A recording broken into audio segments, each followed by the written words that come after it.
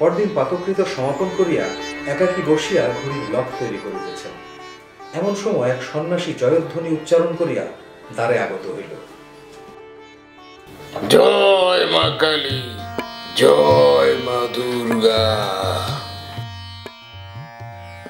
বৈদ্যনাথ চমকে ওঠেন, মুখে আনন্দের আভা ফুটে ওঠে।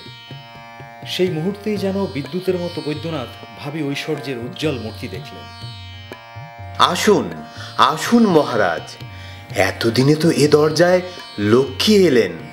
বসুন বসুন, আগে তো জল খান।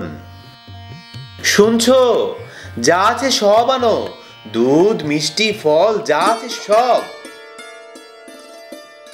প্রচুর আদর অভ্যর্থনা ও আহার্য জোগালেন বৈদ্যনাথ। তারপর বহু সাধ্য সাধনার পর, মহারাজ, আপনার তপস্যার গোপন রহস্যটা কি জানানো যায়? সোনা তৈরিও করতে পারি, চাইলে তোমাকে শেখাতেও পারি। সোনা আর আমাকেও শেখাবেন? হে মা জ্যোষ্ঠী, এবার আমার রাজসুযোগ্য তো নিশ্চিত। শোনো, মহারাজ সোনা বানাতে পারেন, আমাকেও শেখাবেন?